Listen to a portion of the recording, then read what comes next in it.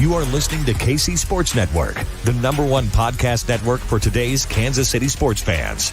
With former players from your favorite teams, informed perspectives, and former insiders, this is the place for you. You can find us wherever you listen to podcasts or on our YouTube channel, all over social media, or our morning newsletter, KCSN Daily, dedicated to your Kansas City Chiefs. KC Sports Network is proudly presented by Emprise Bank, your partner in possible.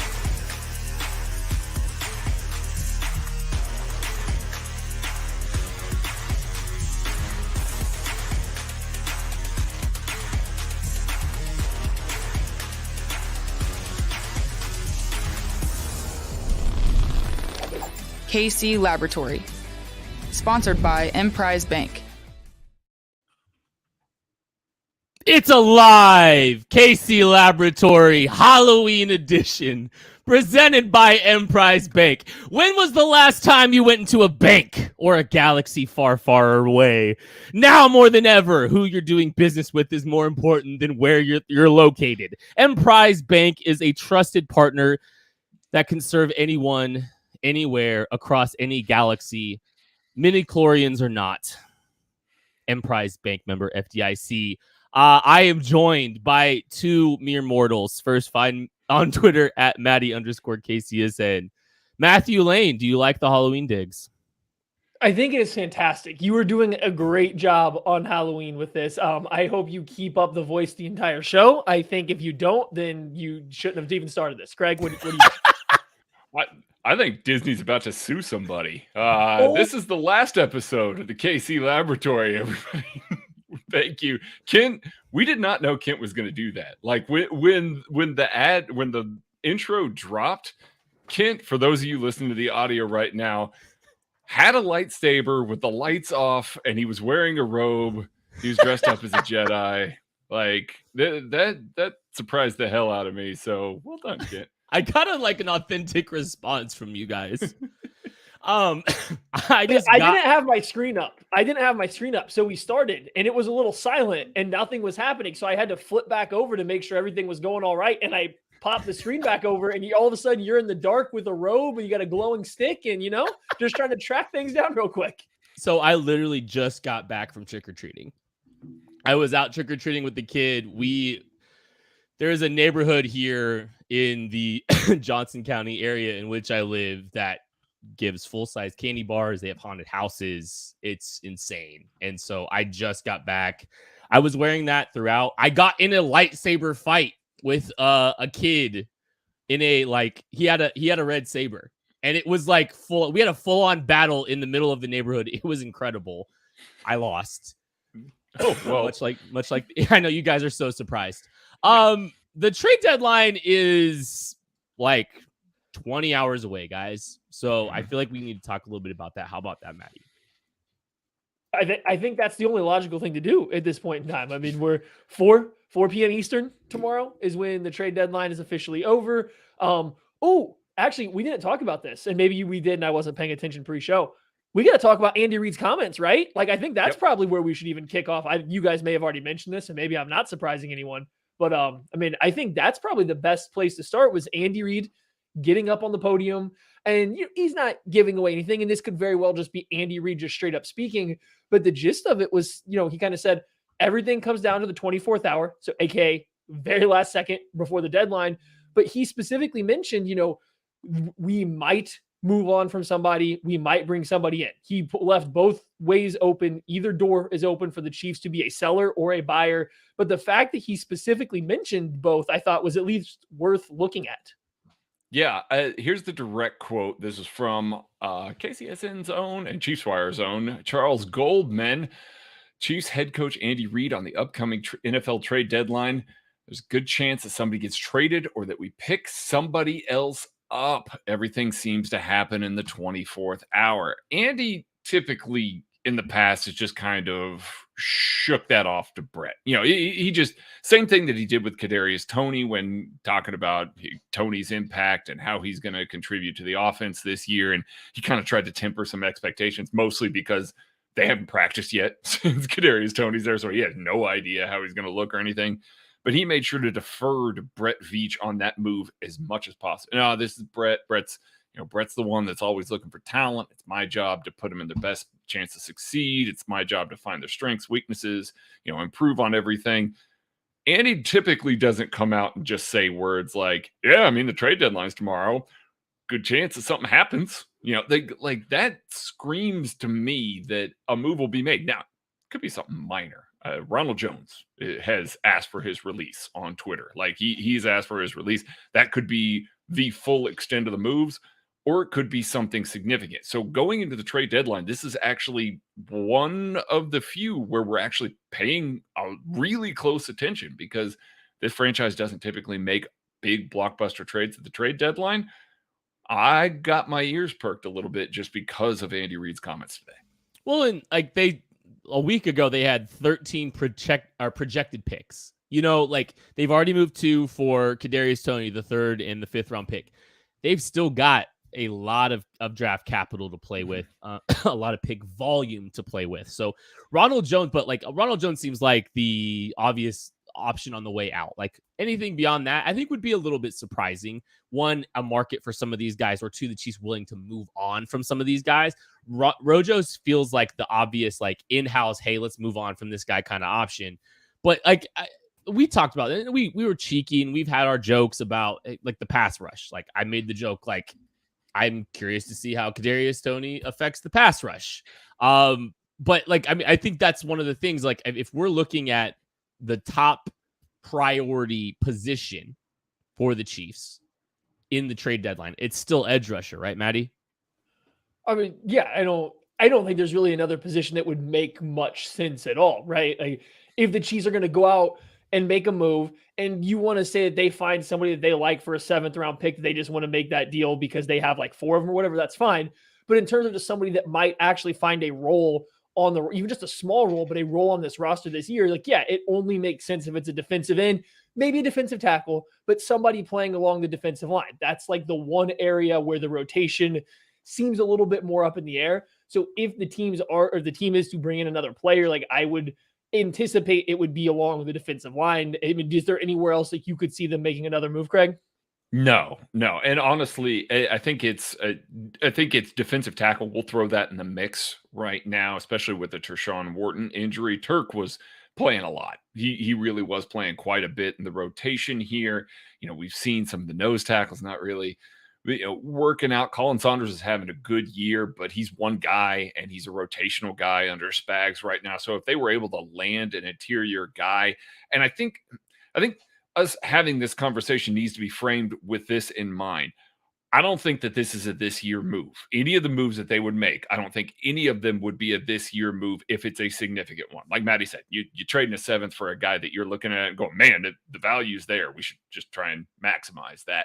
That's fine. But if you're trading one of the more premium picks, 2nd round, even a 4th or something like that, I think you're looking at a guy that they view as somebody to play in the future. Like if it's a defensive tackle, Daron Payne, a guy that you're willing to pay, you're willing to go forward with. He's a younger player that can play along the defensive line and build on. These defensive ends that we've talked about, younger players along the defensive line. This is not we're trading a 1st to go all in this year, or 1st or a 2nd or whatever, to go all in just for this year. I think any of the moves that we're talking about at this point are all very future facing moves. Now, they definitely help this year, don't get me wrong, but definitely a future facing move for one of those types of guys.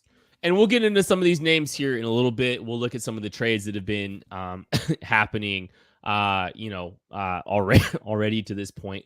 But speaking of trade, going to a coffee shop is a great experience, but it's not something most of us can do every day. If you're looking for that delicious local coffee shop taste on a daily basis, it's so much easier to get it with Trade Coffee. Trade partners with the nation's top-rated independent roasters to send you coffee that they know you'll love, fresh to your home and your preferred schedule. And you get to support small local businesses, a win-win. So whether you're just getting started or a coffee aficionado like Craig Stout, Looking to discover something new? Trade guarantees you'll love your first bag, or they'll send you a new one for free. Upgrade your coffee today with Trade Coffee and let them take the guesswork out of finding your perfect cup. Right now, Trade is offering our listeners a total of $30 off your subscription plus free shipping at drinktrade.com/KCSN. That's drinktrade.com/KCSN for $30 off your subscription to the best coffees in the country. Sorry, I know I still got the cough, guys. Speaking of coffee, I made that joke again last week. Anyways, let's look at some of the moves that have happened or potentially happening. Some of the buzz surrounding.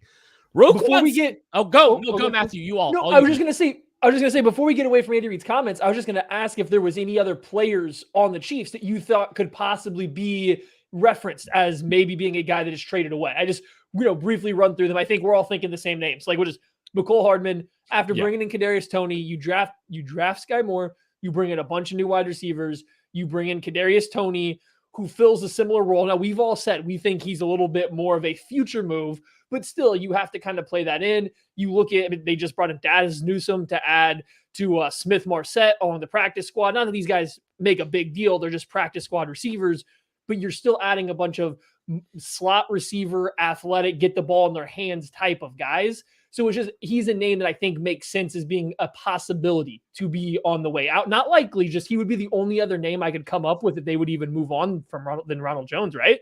Yeah, absolutely. And I mean, and again, we talked about this a little bit earlier or a little bit last week. The Chiefs are still mentioned in the talks. Nate Taylor saying, Odell Beckham Jr. is still very much on the Chiefs list, even with this Kadarius Toney move. That's a lot of bodies. And if there's that many bodies and you're moving that many guys, maybe you do sell as high as you can on McCole Hardman. That being said, McCole Hardman still has a very defined role in this offense that will contribute and can contribute. I mean, 21 questions this past week, Christian pointed out, I was like, man, that's a January guy. Like, that's a guy that you design a game plan around to try and maximize in a playoff or something like that. And there's still room for him on this roster for certain. But you got to see, if somebody's offering a good pick from McCole Hardman and you've got these other options, sure, maybe you listen, maybe you take something like that. McCole jumps to mind, but it's only because of the other additions. It's not necessarily because you're looking at it going, man, we need to ship this guy out. You're looking at it more from the perspective of he may not be with this team next year. And there's a couple other guys that maybe can do 90-ish%, 85% of what he can do. So just take the value where you can and build for the future there. But I'm not sure that I see McCole getting moved. I'm really unsure about him. I think that they like what he can bring horizontally to this offense enough to where they can fairly securely stay put with him. Yeah, the Odell Beckham piece in association with Kadarius Toney is an interesting thought, though. Yeah, it's an interesting thought to think about because it's a pretty full room if you ask me. Okay, so Maddie, you didn't have anything else? Anybody else though, Maddie? I can't think of anything else either.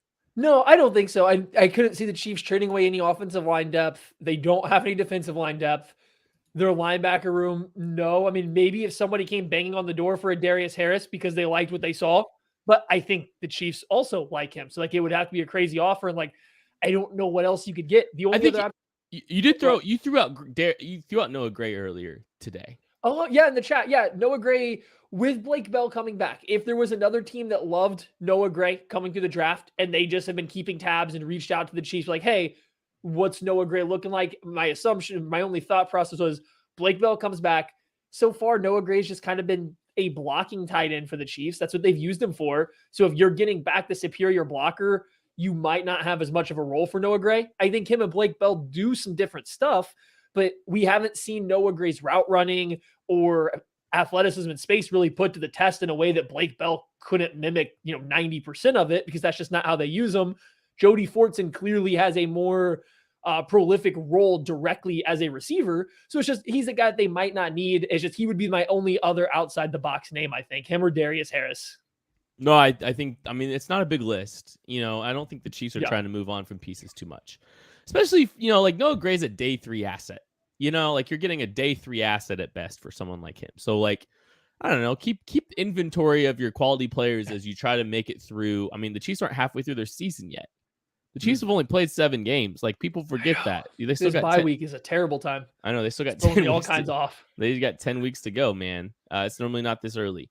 But the trade deadline is here. There's less than 24 hours for the trade deadline. A move has already been made. Ryan Poles makes another trade. Roquan Smith to the Baltimore Ravens for a 2nd and 5th round pick. Saw someone just ask when the deadline is 4 p.m. Central Time, I believe.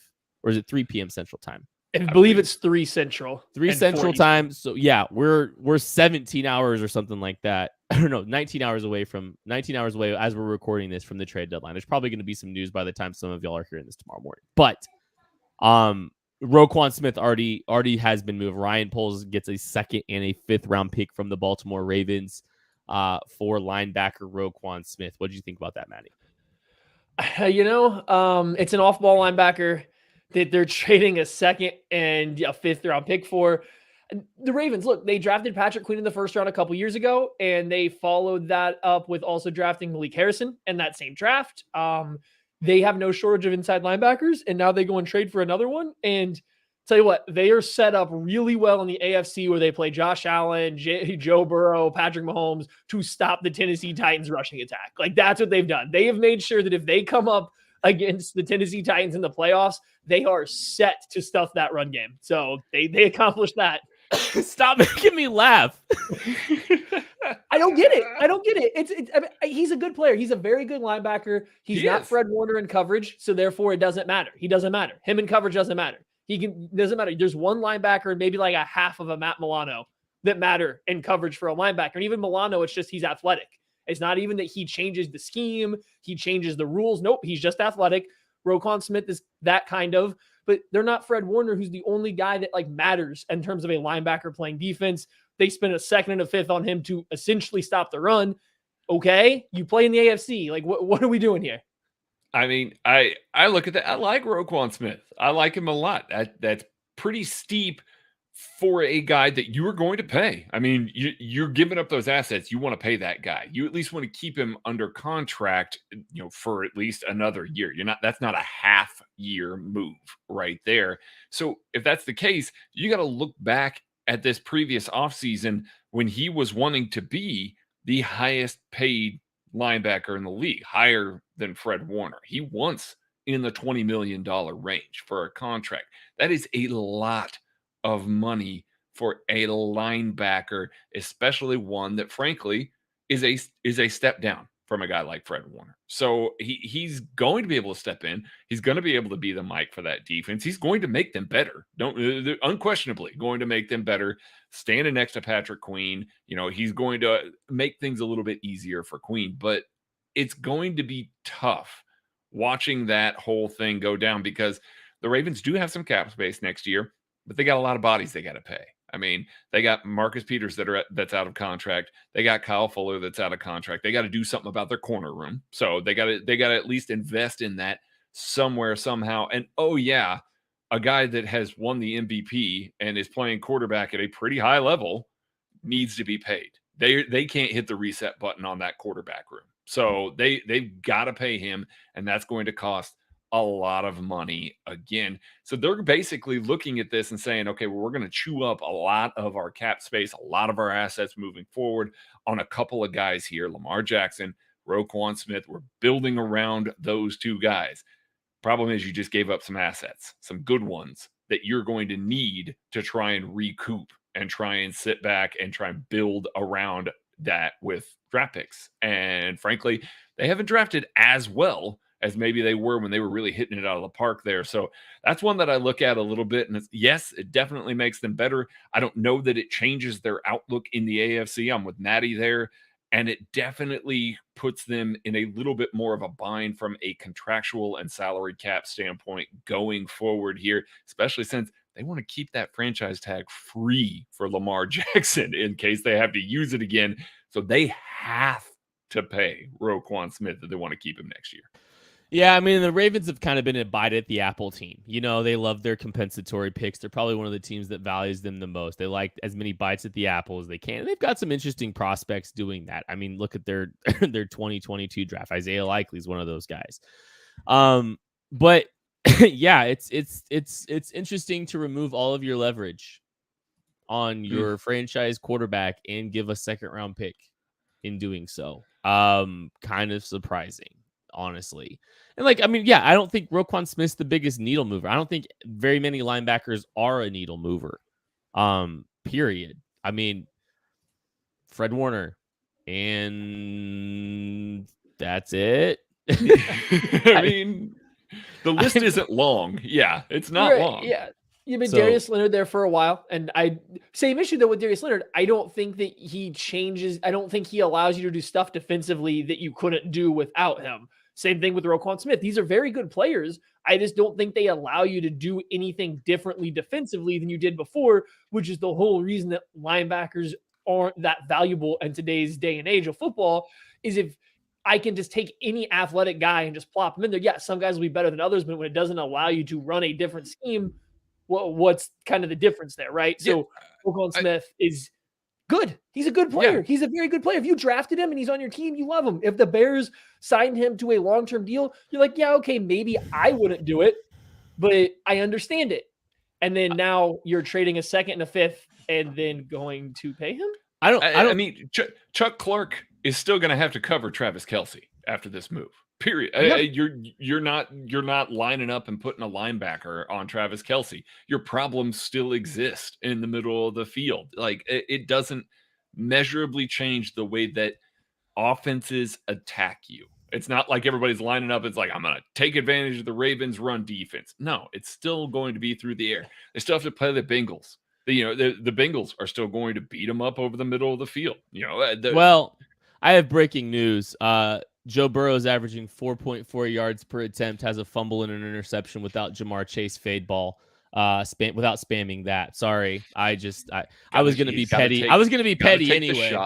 Gotta take the shots. Some people had the audacity to call Joe Burrow Patrick Mahomes. It's not even close. Anyways, please continue, Craig. I'm sorry. No, you're good. But that's my point. Like, I don't know that one changes things so measurably. I understand why they made it, because they didn't like their Mike linebackers at all. Like, I get it. You evaluate that room for long enough and you're just like, hey, we need somebody that can step in here and call our defense. And Roquan can do that. He definitely can. So they did get better.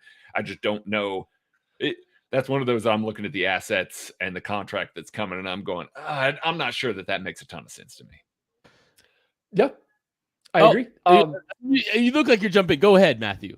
I had nothing more than the Ravens. I was just going to move us on to other teams, but if you want to get back into it, buddy. Where you want to go, Matty? Okay, all you, buddy.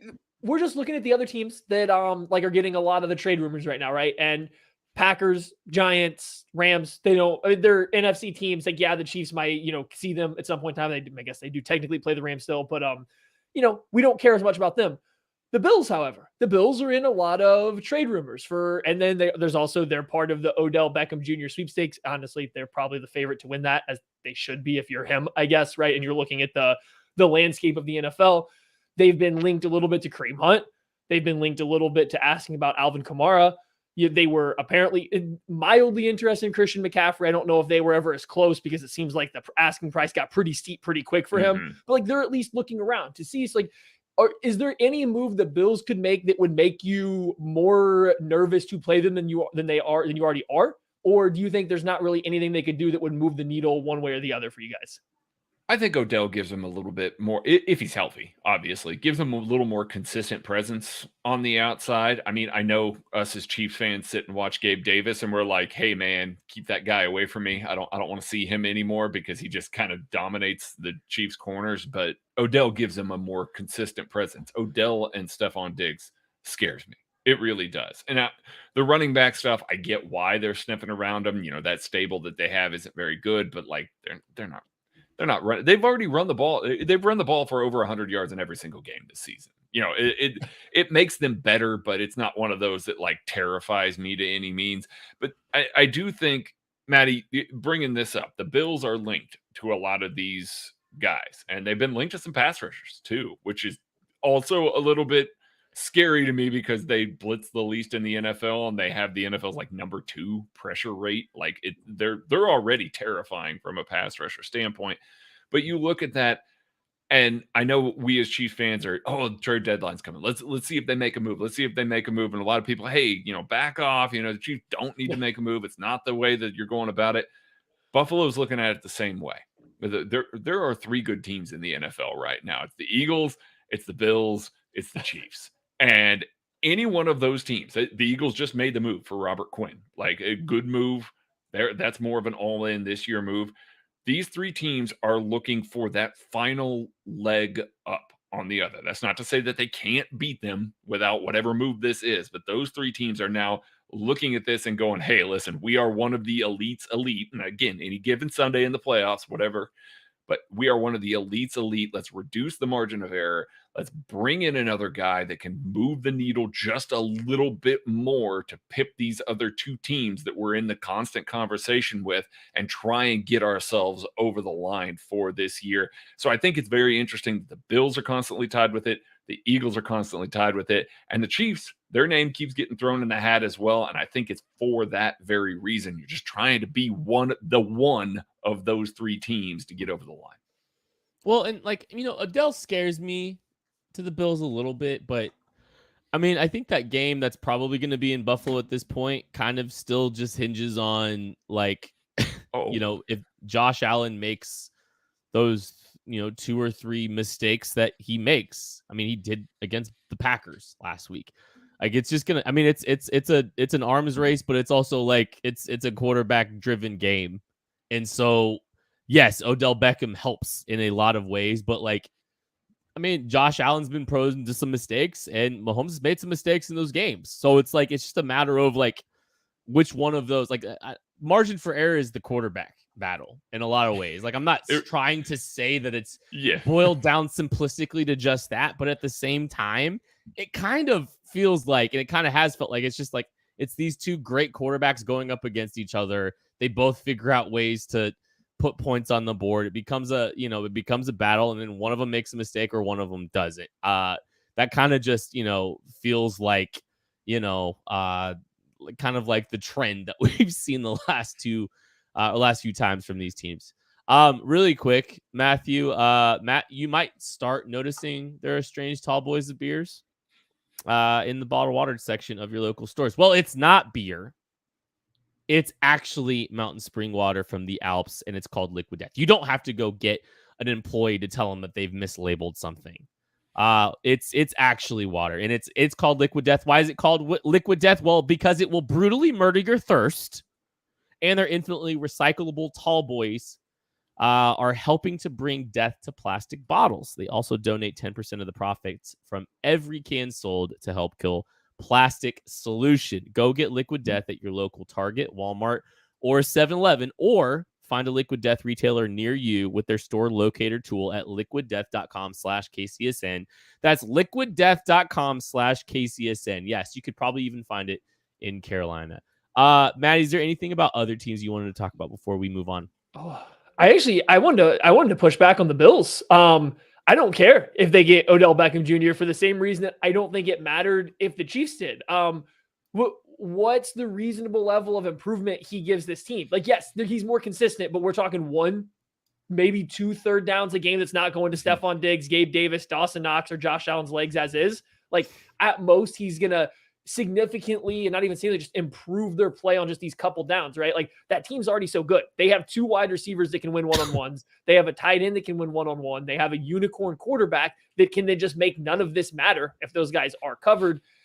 At best, Odell Beckham Jr. is going to be this 3rd, 4th, 5th option on any given play. And how often is Josh Allen, I'm not saying he doesn't, this isn't a knock on him, but how often is Josh Allen really digging that deep into his progression before the man's just running off to truck somebody or make a wild throw, freelancing off platform? Same reason why I didn't think the Chiefs should be banking on him. You're going to slap him on the backside of 3-by-1 and maybe throw the ball to him 3 times in an entire game. And the rest of it's just going to be Mahomes making broken plays. They can do that without him. I feel the same way with the Bills. However, if they go get an Alvin Kamara or a Kareem Hunt, I know it's not a lot, They still get Devin Singletary still gets 10 carries a game. Devin Singletary still gets 4-5 targets a game. Those 15 touches or potential touches for Alvin Kamara go a lot farther than they do for Devin Singletary. You want to talk about a defense having to adjust what they do? You put Alvin Kamara on that team, you don't get to just say, okay, we're going to let Alvin Kamara beat us. Like, you don't get to just walk into the game and say that, because he very much will. Now, I think trading for Alvin Kamara, paying him, you're making a completely all-in move right now. Like, that is entirely all-in right now. But that makes them significant. That makes them a lot scarier than Odell Beckham Jr. does, because he matters. He changes how the Chiefs play defense against that team. And I do think that there is the thing that we don't talk enough about is the sense of urgency that everybody not the Chiefs has, because the Chiefs have won a Super Bowl. Like, we've already done it already. We pretend like the Bills have won a Super Bowl already. Like, they're still on the upscale. Like, the contract isn't expensive. I mean, Mahomes' contract isn't overly expensive yet either, but it's more so for some of these teams like the Ravens and the Bills. Like, even if they get an agreement with Josh or with Lamar Jackson, it's not getting expensive for a while. So, I mean, these teams haven't done anything yet. So that's like they're all desperate to try to do something finally. The Chiefs have. Yeah. Oh, that's why you see the Eagles making the moves that they are. The window's open. Like, and you got to hit it. You got to hit that window right there, because I think teams look at this and we see, I mean, the Von Miller move in a vacuum is an all-in move. It really is. And now he's obviously been awesome. I'm not trying to say that he won't be awesome next year for them as well.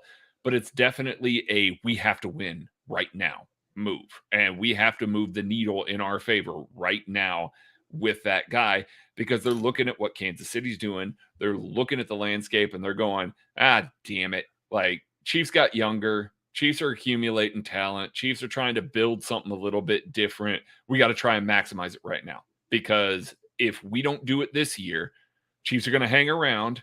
And I've already said, if the NFL lets this Kansas City team get to the AFC Championship game again, it's over. It doesn't matter if they win it; it's over. Like, because they shouldn't be. This is supposed to be the year that it doesn't happen that way, and it's looking so far so good for the Kansas City Chiefs. So you definitely feel that urgency. You definitely feel that we have to do it right this very minute. We have to be able to convert and maximize this, because if we don't, teams like the Chiefs, they're just sitting there right now and going, hey, we're hitting the mini rebuild mode right now, and we're still good. So good luck hanging with us for the foreseeable future there. So yeah, it does. It definitely puts that pressure on them. It's why you see moves like Von Miller. It's why you see the moves that they've made. And it would be why they would move for Alvin Kamara. Although please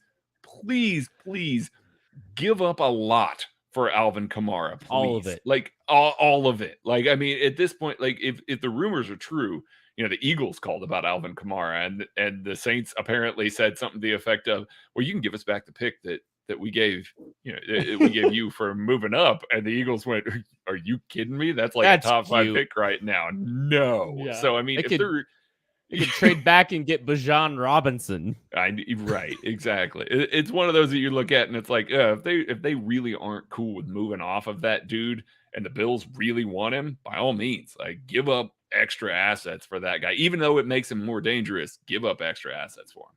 Joe Burrow's been shut out in the first half of this game, by the way. Do you remember?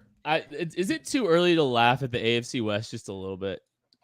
Yeah, it's a different podcast. It's a different podcast. They just spent a lot of money to still be behind the Chiefs 7 games in. Yeah, I mean, one guy's playing with like no rib cartilage. The one team that was actually going to be able to challenge them is their quarterback's playing no rib cartilage. I have takes. Their team is broken about again. That. Go figure. Yeah. They spent $1 billion on J.C. Jackson, and how'd that go? They rushed him back to play in their Super Bowl, and it clearly has not. I mean, that clearly didn't go well. I feel bad for the guy that he's still hurt, and I know that he approved to play, but like, that was one of the silliest things I've ever seen, was him having that surgery, not getting to practice at all, and then pushing him out there on the field to get burned by Justin Watson. Be terrible all year until he got hurt again, probably trying to compensate for a foot that was never healed. Hey, hit the like button, hit the subscribe button if you're watching. A lot of you are watching right now. Please, that helps us grow the channel, especially since we're about to talk specifically about your Kansas City Chiefs Oh, and their outlook at the deadline. This could age terribly in like 19 hours. Who cares? Love it. Let's talk about some potential moves. There's a lot of top tier edge rushers that seem to be available. Bradley Chubb in Denver. Mhm. Joshua Allen, the quarterback out of Buffalo. I'm sorry, the Jacksonville Jaguars edge. Brian Burns, Carolina. I would love like any of them. Any of them. Yeah. Here, let me jump in here real quick. Albert Breer, his article today said, worth reiterating that the big pass rushers, Brian Burns, Bradley Chubb, Josh Allen, one's worth watching before Tuesday's 4 p.m. Eastern cutoff. The Rams, who made a monster quarterback level offer for Brian Burns. Again, remember, the Rams do not have first round picks for the next 2024 little and a while. 2025 first round pick. It Yeah, was that's future first round picks. super devalued picks at this point. Our one team in that mix, I'd put the Chiefs, Ravens, and Titans in there with them. Albert Breer specifically calling out the Chiefs in one of those moves. I think that's very, very interesting, especially since none of those teams appeared like they're going to be doing much of anything this year. And at this point, if those organizations are looking for the future, I could see how all three, Carolina, Jacksonville, Denver, are in full sell mode. Denver, not so much to Kansas City, but we're not going to sit here and talk too much about Bradley Chubb. But Maddie, the other two guys, I mean, at this point, crushing losses for both of those teams this past weekend. Like at this point, they got to be looking at things and saying, hey, maybe we sell. I feel like, yeah, neither team has to have much belief they're going a lot of places this year. I could see the Jaguars maybe holding on hope because the AFC South is that bad. As long as you keep to winning within your division, though, like that's all that's really going to matter for them. So like I could see them holding on a little bit of hope. That said, there's been plenty of rumors that they don't have a lot of interest in extending Josh Allen. I think that's the big part there. If they keep not trading him away, not collecting assets for a guy they don't plan on keeping, isn't necessarily an all-in move, but it definitely says like you anticipate competing this year. And I don't know how they can look at their team the way the year is going and think that they are actively going to compete and make waves this year. It makes a lot of sense for them to at least see what is available for Josh Allen out there. Because again, if they don't have any interest in keeping him beyond this year, like why not do it now? Why make him run it out? Yes, they could trade him before the draft in the offseason. Don't get me wrong, that's an option, but you might get better value right now than you will in the offseason. Or you might not. You don't know. It's just he seems the most likely of this bunch to end up a Chief. Obviously, Bradley Chubb won't. Obviously, that one's not going to happen.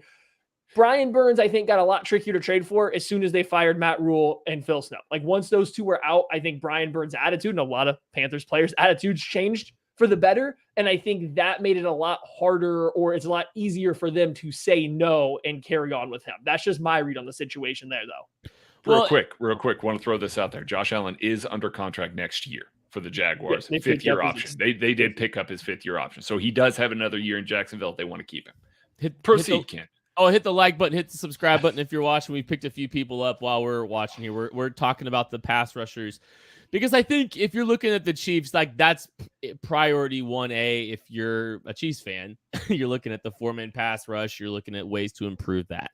And Josh Allen from Jacksonville is the guy I think I agree 100% makes the most sense, especially when you consider the connection to Joe Cullen, who was the it was either defensive line coach last year or was he defensive coordinator? Defensive coordinator. He's a defensive coordinator last year for the Jacksonville Jaguars. He's well familiar with Josh Allen. And Josh, he's a good player. I mean, he's a really good player. Yeah, I believe he fits all the thresholds of a Steve Spagnuolo defensive end, if I'm remembering correctly. He has the density, if I'm remembering correctly as well. Matthew? Filibustering. We'll keep going. We'll get there. I don't want to. I don't know if I have that, but I mean, Brian Burns has always been on the lighter side. Bradley Chubb's not coming. to Kansas City. Yeah, Bradley Chubb's a good player, but just not. No, Denver's not going to do that at this point. Some other dudes. With a lot of people mentioning Josh Allen Montez does Sweat. fit, by the way. Yeah, he does fit. I think Fully he's fit. 260. Is he 260? That's what that was the mock. Yeah. On his combine, he's 6'5", 260, 33.5-inch arms. Yeah, that checks all three. I mean, talking about Montez Sweat coming out of Washington, another guy, that Washington defensive line, we mentioned Deron Payne earlier, that Washington defensive line, something's got to give there. They got too many guys. They're not going to pay them all. They got Chase Young coming up here. I know somebody had mentioned in the chat, hey, they're how about also Chase a Young terrible off of IR? football team. Yeah, I mean, also a terrible football team. So Something's the got to latest give. report from Washington was they didn't have any interest. This is from Jordan Schultz. Was that they didn't have any interest of moving Deron Payne. They did not want to deal him. Take it with a grain of salt. That could mean anything. Going to the other side, Montez Sweat and especially Chase Young, there's been just rumblings that maybe they don't love either's development. I think the rumblings are a little bit louder with Chase Young because he hasn't been as healthy. But I also don't think that Montez Sweat has quite come on as strong as they have hoped. If they plan on keeping Deron Payne, they're already paying Jonathan Allen. Sweat's the logical guy's got to go. You can't really pay him and be ready to pay Chase Young and pay Deron Payne all on the defensive line. So yeah, Washington football team, Washington Commanders, Commodores, whatever they're going by now, is definitely a team to keep your eye on because they have, essentially any of their four defensive linemen are worth coming over to Kansas City. I mean, Sweat's Sweat's definitely cheaper than a Josh Allen, Brian Burns. Definitely. Like, he doesn't have the You think resume. he's that much cheaper than Josh Allen, huh? Montez Sweat? I do. Yeah. I do. Yeah, I think so. Ooh, okay. I mean, I think that Allen's a little bendier. I think Allen was a higher regarded prospect. I think that, people can look at that Jacksonville team and be like, hey, man, like, there's a lot of stuff going on there. Montez Sweat is playing with studs all across that defensive line. He really is. Like, he's catching one-on-ones all the time. Like, he's not the primary focus of anybody's pass rush, and he's been fine to good. I don't want to undervalue what Montez Sweat is. I think that Allen's just done a little more with the pieces around him than maybe Montez Sweat has. So I think that he'll be a little bit devalued. I will say this: Montez Sweat, that contract's going to be expensive too. Like, I'm not sure how happy I would be with that kind of move. He certainly fits Spagnola's thresholds. The length, obviously. I mean, the density, obviously, the explosion. It's all there, but there's a lot of things I think that I'd like to see before the Chiefs would make a big move like that. I'm not sure that he moves the needle in a super big way. Certainly does just along that defensive line, but in a super big way. Their production's wildly similar. Just Montez Sweat and Josh Allen throughout their career, wildly similar. The biggest difference is Montez Sweat gets a lot more pressures, but that probably also goes on playing with the better defense, better options. But yeah, so I think those two are probably both in a tier below Brian Burns, just in terms of asking price. I mean, one, they're both a couple years older, actually. I think both are about 1.5 years to 2 years older than Brian Burns. I don't think either are as good as him. So yeah, Brian Burns is definitely the guy getting the most of this group. And we've inserted Montez Sweat in there on our own just because it makes sense from that draft class. But yeah, Josh Allen, Montez Sweat, guys to keep eyes on. Any other defensive linemen out there that have jumped out to you, Kent, that like maybe not as highly regarded or just as highly regarded that you think the Chiefs could be interested in? Yeah, but like it's not like it's how do you define moving the needle? Like, would they play? Would they get reps as a pass rusher over Mike Dana? Are they a better pass rusher right now than George Karlaftis or Colin Saunders? I mean, that matters. Like you could look at an Arden Key as a guy for Jacksonville. I don't know if we talked. Have we talked about Etur Gross Matos at all? Like from Carolina, he's not been particularly good, but just as a reclamation project / rotational depth, like.